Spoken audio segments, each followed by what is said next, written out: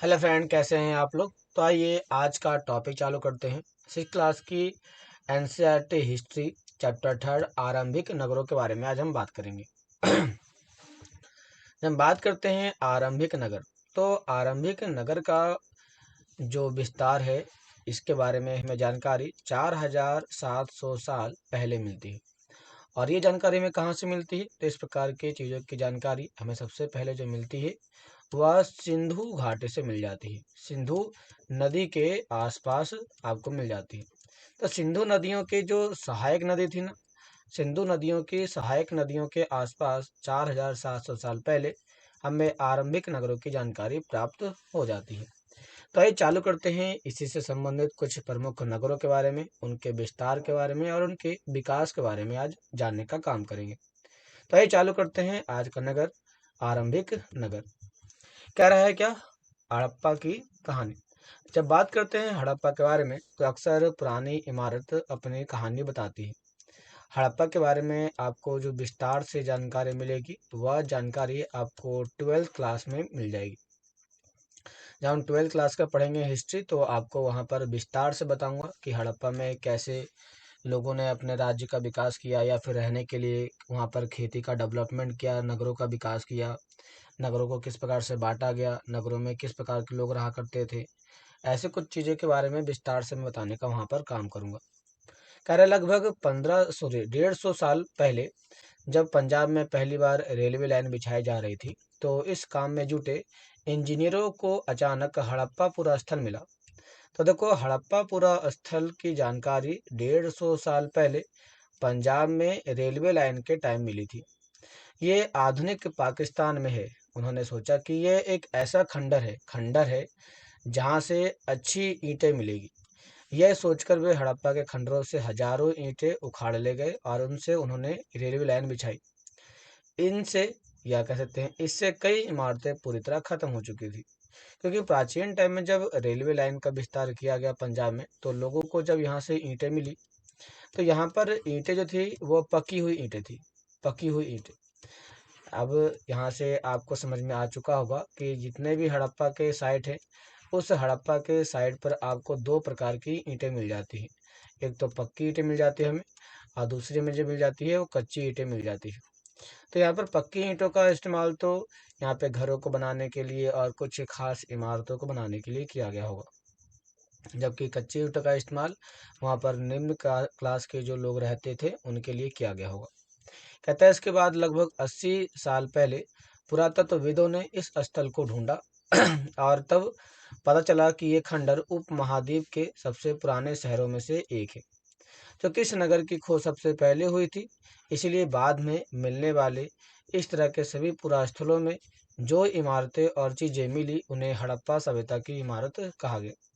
अब हड़प्पा सभ्यता की इमारत क्यों कहा गया, क्योंकि सारी की सारी सभ्यताएं या फिर यहाँ पर जो इमारतें पाई गई थी वो हड़प्पा से ही संबंधित थी, इसीलिए उनको हड़प्पा सभ्यता कहा गया।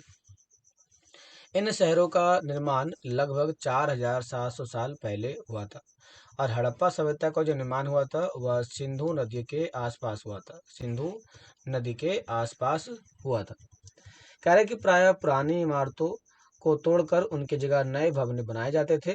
और उन्हें सॉरी और क्या तुम्हें लगता है कि पुरानी इमारतों की या फिर उनको सुरक्षित रखना चाहिए था? हाँ, हम पुरानी इमारतों को यदि सुरक्षित रखते हैं तो इससे फ़ायदा ये होता है कि हम अपने प्राचीन को या अपने इतिहास को हम आसानी से समझ सकते हैं, और आसानी से हम अपने हिस्ट्री को जान सकते हैं कि हमारे हिस्ट्री में किस प्रकार की चीज़ें देखने को मिला करती थी। यहाँ कहा जा रहा है कि ये नगर आधुनिक पाकिस्तान के पंजाब और सिंध प्रांत, भारत के गुजरात, राजस्थान, हरियाणा, पंजाब प्रांतों में मिले हैं। इन सभी स्थलों से पुरातत्वविदों को अनोखी वस्तुएं मिली है। अनोखी का मतलब होता है खास प्रकार की वस्तुएं, जिनका इस्तेमाल यहाँ पर प्राचीन टाइम में पहली बार लोगों के द्वारा किए जाने की जानकारी मिलती है।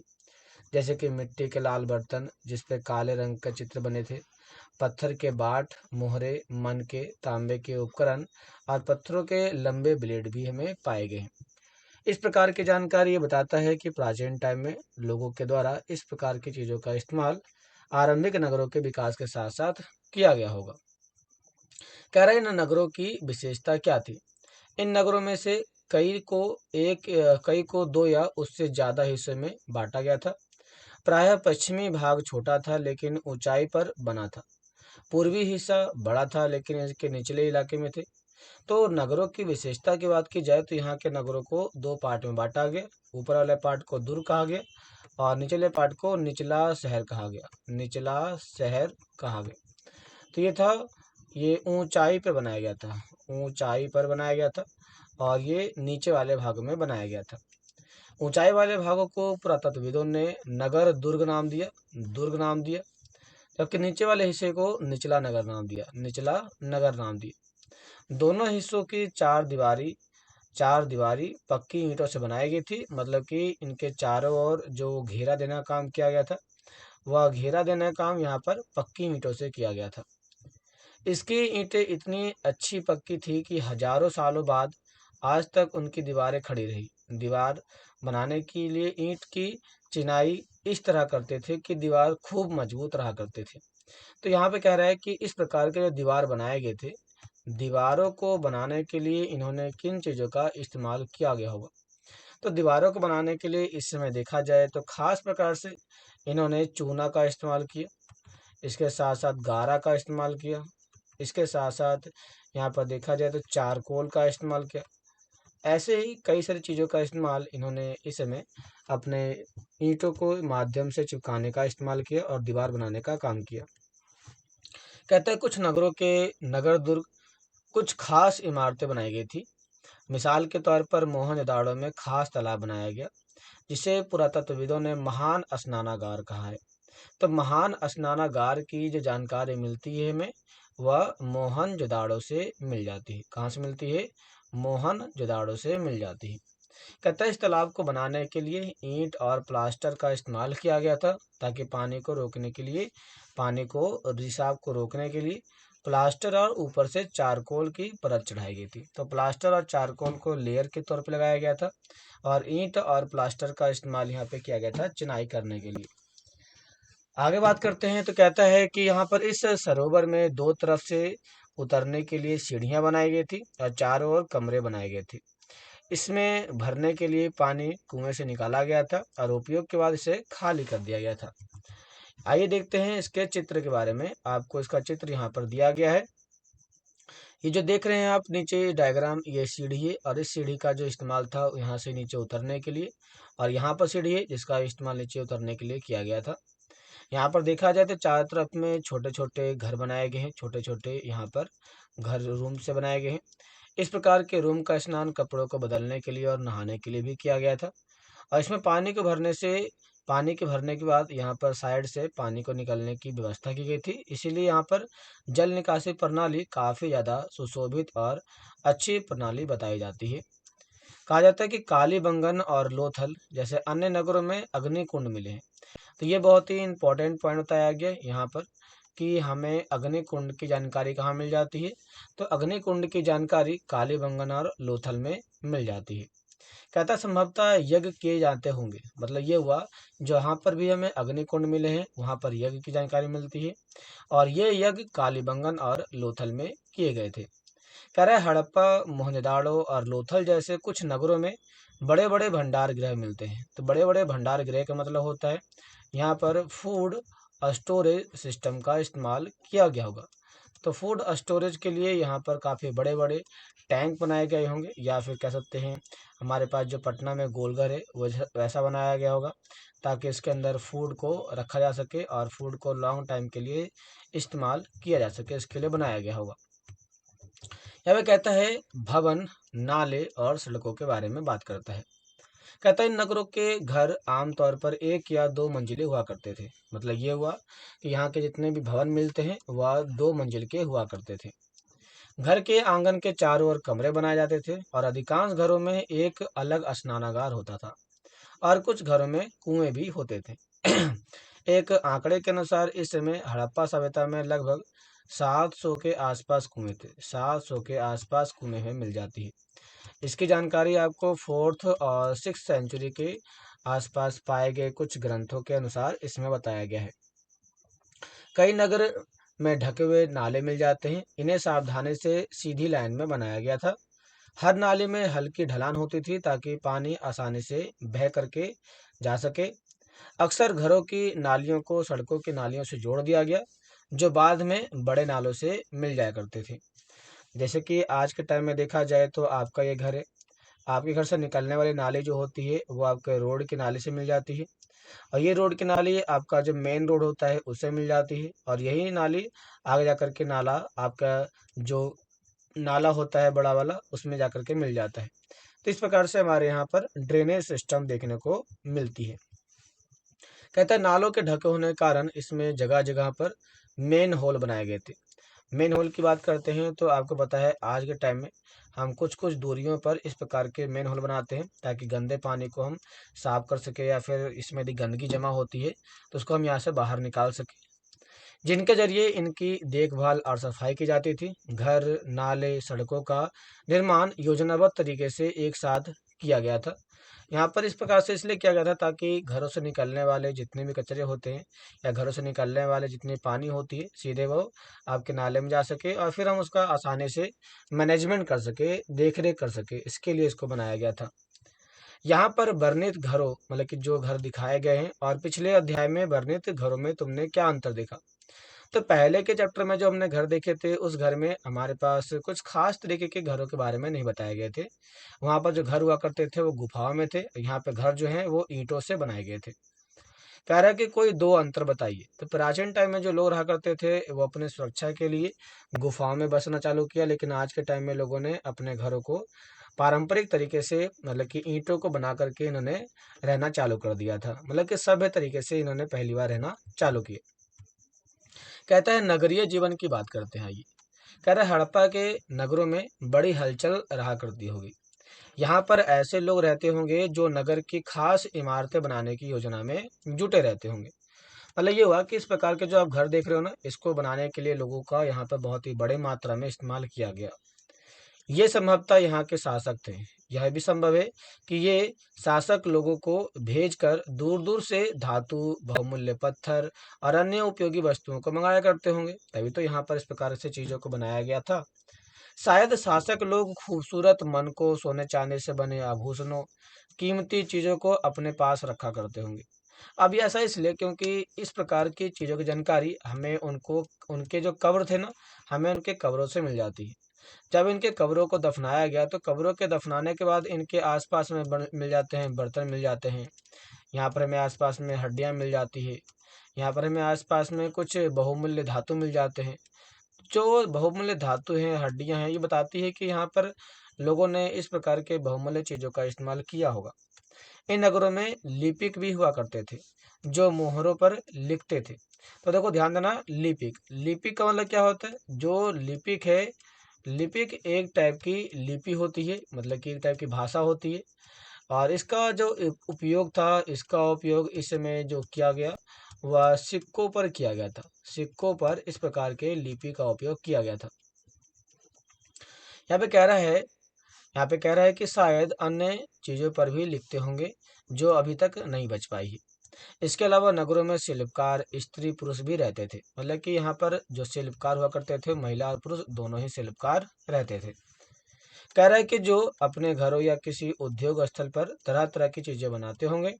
लोग लंबी यात्राएं करते थे और वहां से बहुउपयोगी वस्तुएं लाते थे, और साथ ही लाते थे सुदूर देशों की किस्से और कहानियां। जब एक प्लेस से लोग दूसरे प्लेस पे गए तो यहाँ के कल्चर को यहाँ के ट्रेडिशन को यहाँ के ट्रेडिशन को इन लोगों ने यहाँ से अपने कंट्री में लाने का काम किया। तो यहाँ पर ला करके इन्होंने इसको डिपॉजिट कर दिया और यहाँ की चीज़ों को यहाँ पर ले जा करके डिपॉजिट कर दिया। तो ऐसे में क्या हो गया कि यहाँ पर एक्सचेंज, आप देख सकते हैं कि यहाँ पर एक्सचेंज होता है। जो एक्सचेंज होने से यहाँ पर क्या होते हैं, तो विचारधाराओं का बढ़ावा देखने को मिल जाता है। कहता है मिट्टी से बने कई खिलौने भी इसकी जानकारी देते हैं जिनसे बच्चे खेला करते होंगे। नगर में रहने वाले लोगों की एक सूची बनाओ। क्या इनमें से कुछ ऐसे लोग हैं जो मेहरगढ़ जैसे गांव में रहते थे? तो मेहरगढ़ में रहने वाले गांवों के बारे में आप जानकारी दीजिए। मेहरगढ़ के बारे में मैंने आपको चैप्टर सेकंड में बताया था, तो आप चैप्टर सेकंड को एक बार देखिए और मेहरगढ़ में रहने वाले लोगों के बारे में आप थोड़ा सा बताइए कि वहाँ पर कौन कौन से लोग रहा करते थे, किस प्रकार के लोग रहा करते थे। आप इसके बारे में एक बार बताने का काम करेंगे। इसको आप कमेंट बॉक्स में बताएंगे ताकि आपको पीछे वाला टॉपिक कुछ याद रहे। कह रहा है कि सबसे ऊपर मोहनजोदाड़ो की एक सड़क और उसमें बना नाला, ऊपर एक कुआं, बाईं और नीचे हड़प्पा की एक मोहर दिखाया गया है। कह रहा है इस मोहर के ऊपर के चिन्ह एक खास लिपि में लिखे गए हैं। उपमहाद्वीप में पाए गए लेखन का ये प्राचीनतम रूप है। विद्वान इसे पढ़ने की कोशिश की है लेकिन अभी तक ये पता नहीं चल पाया है कि इसका अर्थ क्या होता है। दाईं और नीचे पक्की मिट्टी के खिलौने भी पाए गए हैं। तो ये जो आप मोहर देख रहे हैं ना, इसमें जो लिखा गया है इसको आज तक कोई पढ़ नहीं पाया है कि एक्चुअल में ये क्या बताना चाहता है, क्या किसके बारे में बता रहा है, क्या बताना चाहता है, इसके बारे में आज तक कोई समझ नहीं पाया है। तो ये जो चीज़ें बताई जा रही है कहीं ना कहीं ये हमारे प्राचीन टाइम के सभ्यताओं के इतिहास को बताने का काम करता है। अब हमारे पास नेक्स्ट पॉइंट आता है नगर और नए शिल्प के बारे में बात करता है। मतलब क्या है कि नगरों में जो लोग थे वो किस प्रकार के शिल्पों का इस्तेमाल किया करते होंगे, इसके बारे में बात कर रहा है। कह रहे कि आओ अब कुछ ऐसी चीजों के बारे में अध्ययन करें जो हड़प्पा के नगरों से प्राप्त हुई थी। पुरातत्वविदों को जो भी चीज मिली उनमें से अधिकतर पत्थर, शंख, तांबा, कांसा, सोने, चांदी और धातु से बनाई गई थी। मतलब ये हुआ कि यहाँ पर हमें काफी अलग अलग प्रकार के शिल्प मिल जाते हैं। तो जो शिल्पों को बनाया गया था वो आपको पत्थरों से बनाया गया था, यहाँ पर शंखों से बनाया गया था। इसके साथ देखा जाए तो यहाँ पर तांबे का भी इस्तेमाल किया गया था। इसके बाद देखा जाए तो यहाँ पर कांसा का इस्तेमाल किया गया था, चांदी का इस्तेमाल किया गया था और सोने का भी इस्तेमाल किया गया था। सोना सोना, वो सोने वाला सोना नहीं है। कह रहा है और तांबे और कांसे के औजार, हथियार, गहने, बर्तन बनाए गए थे। सोने और चांदी से गहने और बर्तन भी बनाए गए थे। तो इस प्रकार से कह सकते हो कि यहाँ पर शिल्प का इस्तेमाल कई चीज़ों को बनाने के लिए किया गया और यहाँ पर बनाने के लिए कई प्रकार के धातुओं का भी इस्तेमाल किया गया, मेटल का भी इस्तेमाल किया गया। यहाँ मिली सबसे आकर्षक वस्तुओं में से मनके, बाट और फलक है। कहता है हड़प्पा सभ्यता के लोग पत्थर की मोहरें बनाते थे। इन आयताकार मोहरों पर सामान्यतः जानवरों के चित्र मिलते हैं। हड़प्पा सभ्यता के लोग काले रंग के डिजाइन किए हुए खूबसूरत लाल मिट्टी के बर्तन बनाते थे। यहाँ पर लाल मिट्टी के बर्तनों की जानकारी बड़े स्तर पर देखने को मिल जाती है। कह रहे हैं कि लगभग 4-7 हजार साल पहले मेहरगढ़ में कपास की खेती होती थी। तो यहाँ से क्वेश्चन एक आ सकता है कि कपास की खेती कहाँ होती है, तो मेहरगढ़ में होती है। कब होती है, तो 7 हजार साल पहले होती है। मेहरगढ़ से सॉरी मोहनजोदाड़ो से कपड़ों के टुकड़ों के अवशेष, चांदी के एक फूलदान के ढक्कन और कुछ अन्य तांबे की वस्तु से चिपके हुए मिले हुए हैं। मतलब हमें यहाँ पर कह रहा है कि मोहनजोदाड़ो से हमें किन किन चीज़ों की जानकारी मिल जाती है। तो हमें यहाँ पर कपड़े के टुकड़े मिल जाते हैं, हमें यहाँ पर कपड़े के टुकड़े मिल जाते हैं। दूसरा देखा जाए तो हमें यहाँ पर आ, चांदी के अवशेष मिल जाते हैं। इसके साथ में एक फूलदान का ढक्कन मिल जाता है।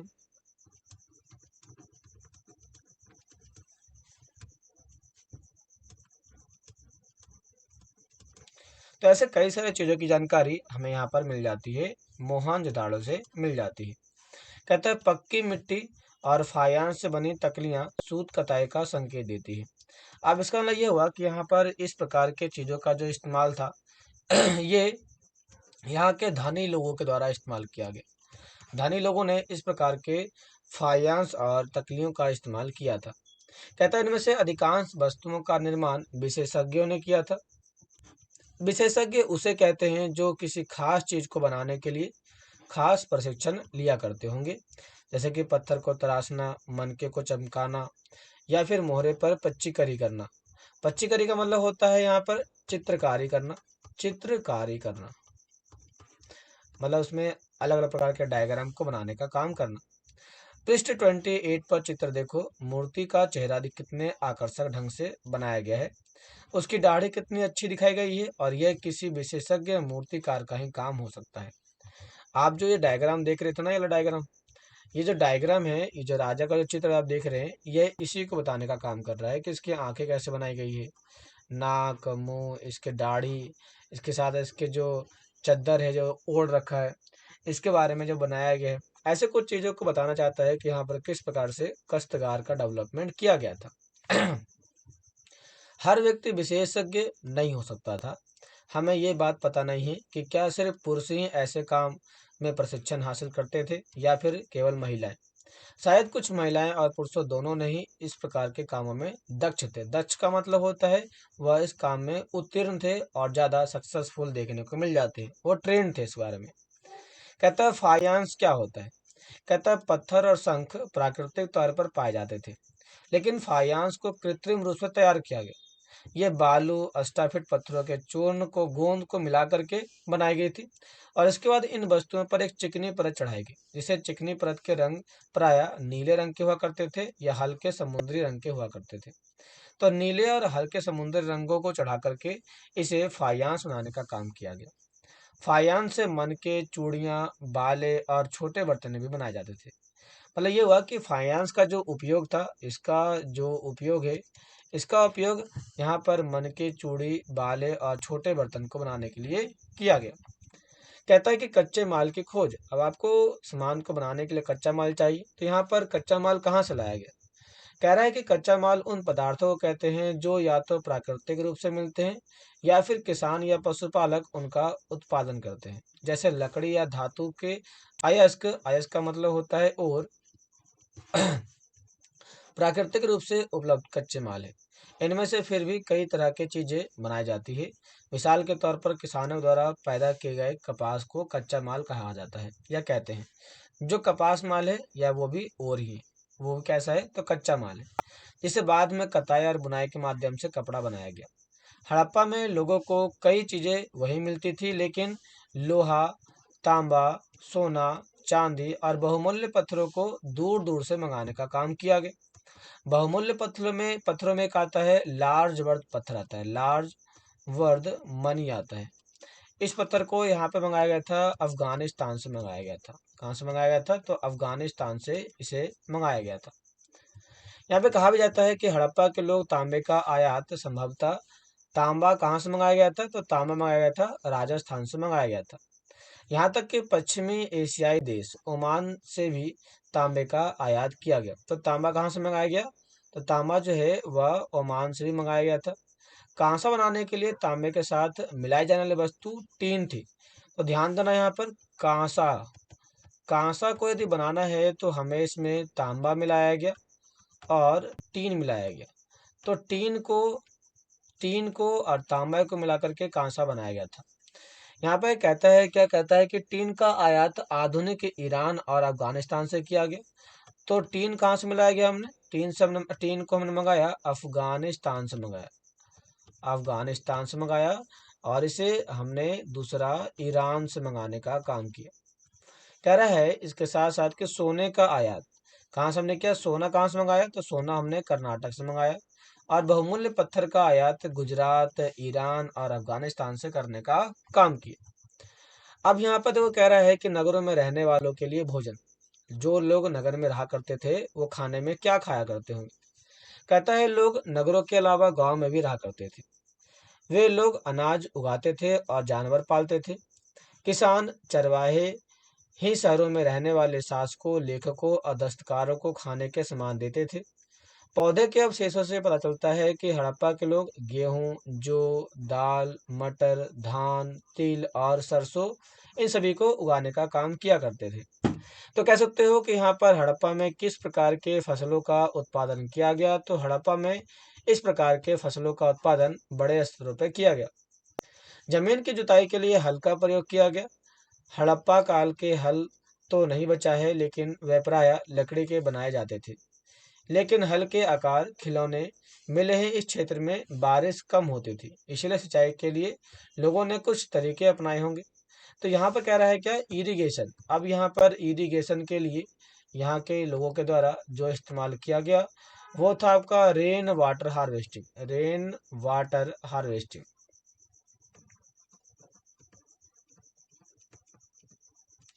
कह रहा संभवतः पानी का संचयन किया गया होगा और जरूरत पड़ने पर उसको फसलों की सिंचाई के लिए किया गया, इसके लिए डैम को बनाना। या आपका water irrigation, rain water harvesting को करना। कह रहा है लोगों के सॉरी हड़प्पा के लोग गाय, भैंस, भेड़ और बकरी को पालते होंगे। तो हड़प्पा के लोगों ने किन किन जानवरों को पाला? तो गाय को पाला, भैंस को पाला, भेड़ को पाला और बकरियों को पालने का काम चालू किया। कहता बस्तियों के आसपास तालाब और चारागाह हुआ करते थे, लेकिन सूखे महीने में मवेशियों के झुंडों को चारा पाने की तलाश दूर दूर तक करनी पड़ती थी।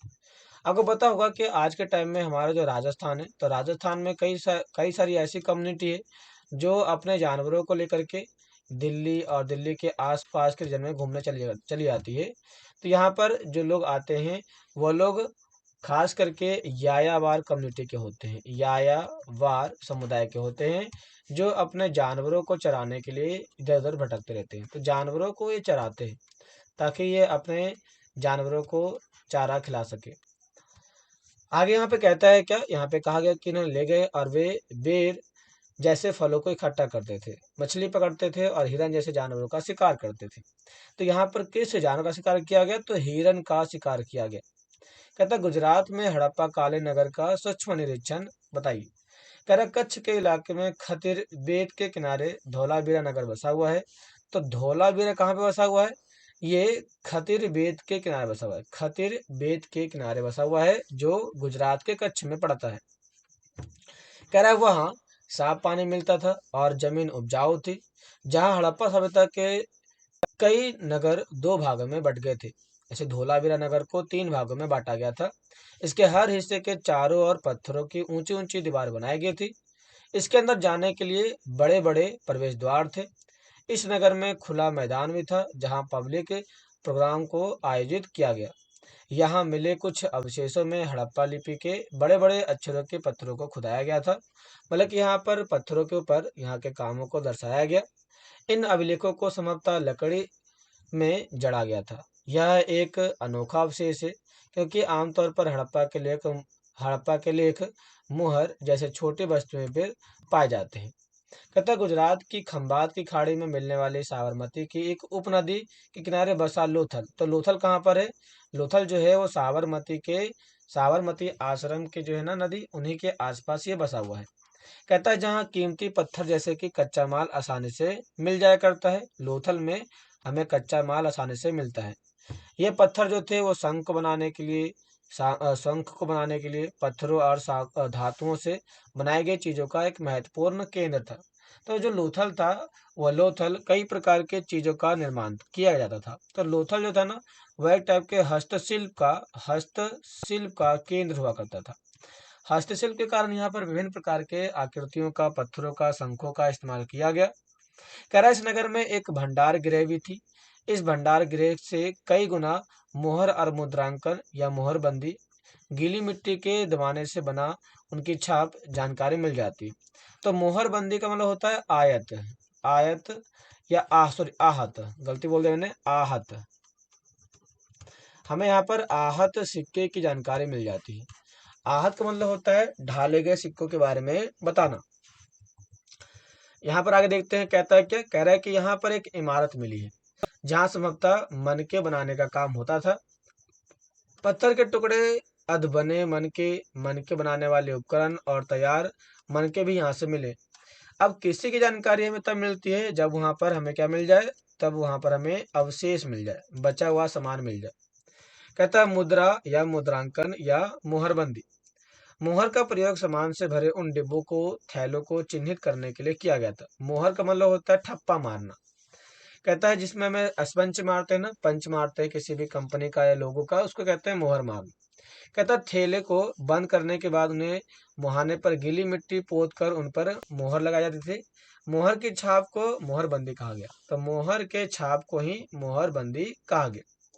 अगर ये छाप टूटी नहीं होती तो ये साबित हो जाता कि ये सामान एक साथ छेड़छाड़ नहीं हुआ है, मतलब कि वो भी सामान कैसा है, सही है। यदि उसके साथ छेड़छाड़ हुआ है, मतलब कि उसका धागा खुला हुआ है, तो कहीं ना कहीं उसमें करप्शन किया गया है। आज भी मोहर का प्रयोग होता है। पता लगाओ कि मोहर का उपयोग किस लिए किया जाता है। तो आज भी मोहर का इस्तेमाल सत्यनिष्ठता को देखने के लिए बड़े स्तर पर किया जाता है। अब बात आती है कि सभ्यता का अंत कैसे हुआ और उसका रहस्य क्या था।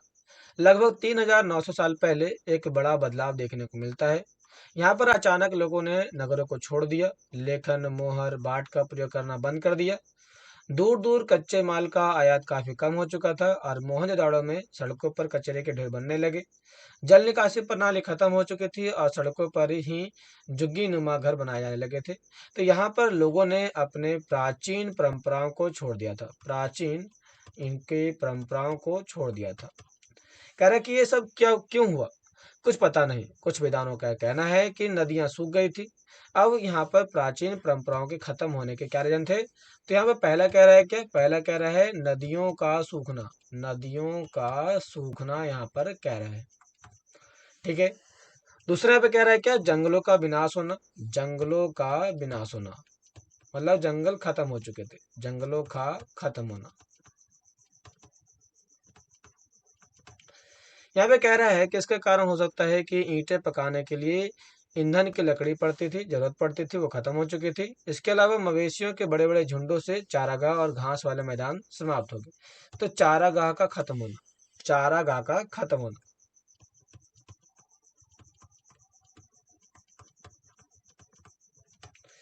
यहाँ पे कहता है कि कुछ इलाकों में बाढ़ आ गया, तो बाढ़ का आना, चौथा पॉइंट, बाढ़ का आना।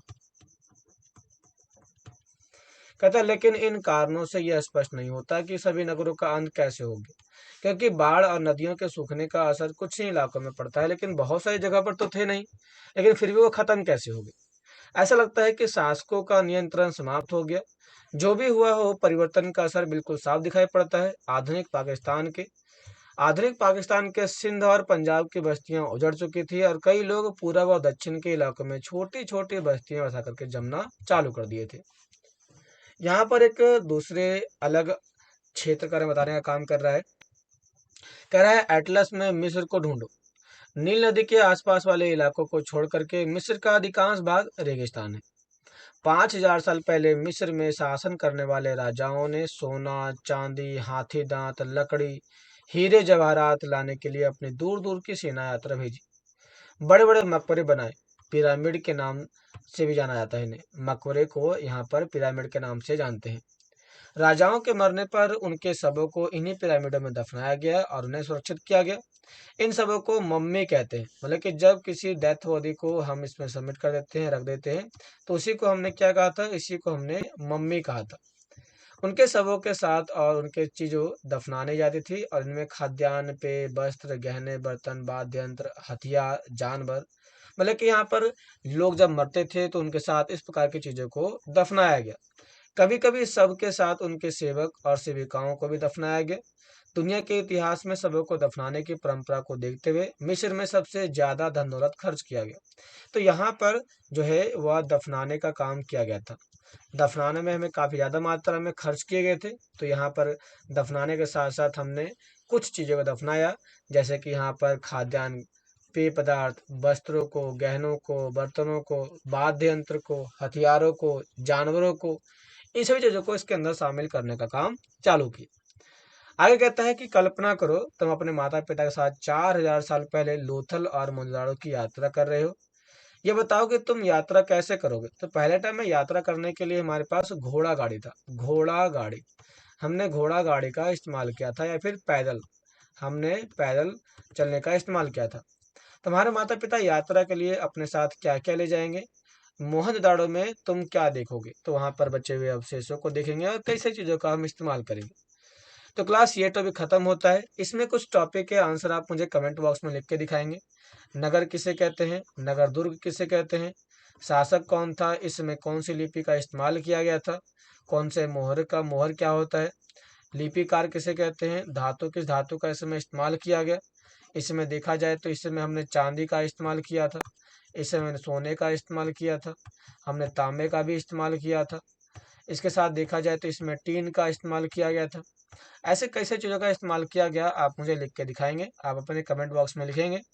इसमें कच्चे माल का इस्तेमाल किया गया, कच्चे माल के तौर पर किसे? तो कच्चे माल के तौर पर हमने कपास का इस्तेमाल किया था। यहाँ पर सिंचाई के लिए हमने क्या इस्तेमाल किया? हल की जानकारी कहाँ से मिल जाती है? इन सभी चीज़ों को आप मुझे लिख के दिखाएंगे और यहाँ पर दिए गए चीज़ों को सम्मिलित करें, मैचिंग करें। तो इसको आप बताएंगे कि तांबा कहाँ से मिला। तो तांबा जो था वो राजस्थान से मिल जाता है, जो सोना था वो कर्नाटक से मिल जाता है। अब आपको बाकी के दो चीज़ें मुझे ढूंढ के बताना है कि दोनों चीज़ों को हमने कहाँ कहाँ से लाने का काम किया। तो क्लास ये थे आज के टॉपिक के बारे में, कैसा लगा जरूर बताइए। आज वीडियो को सब्सक्राइब लाइक जरूर करें, तो दूसरे तक पहुंचाने के लिए इसे फैलाने जरूर काम करें। तो मिलते हैं नेक्स्ट वीडियो में, तब तक के लिए धन्यवाद। आज के लिए इतना ही।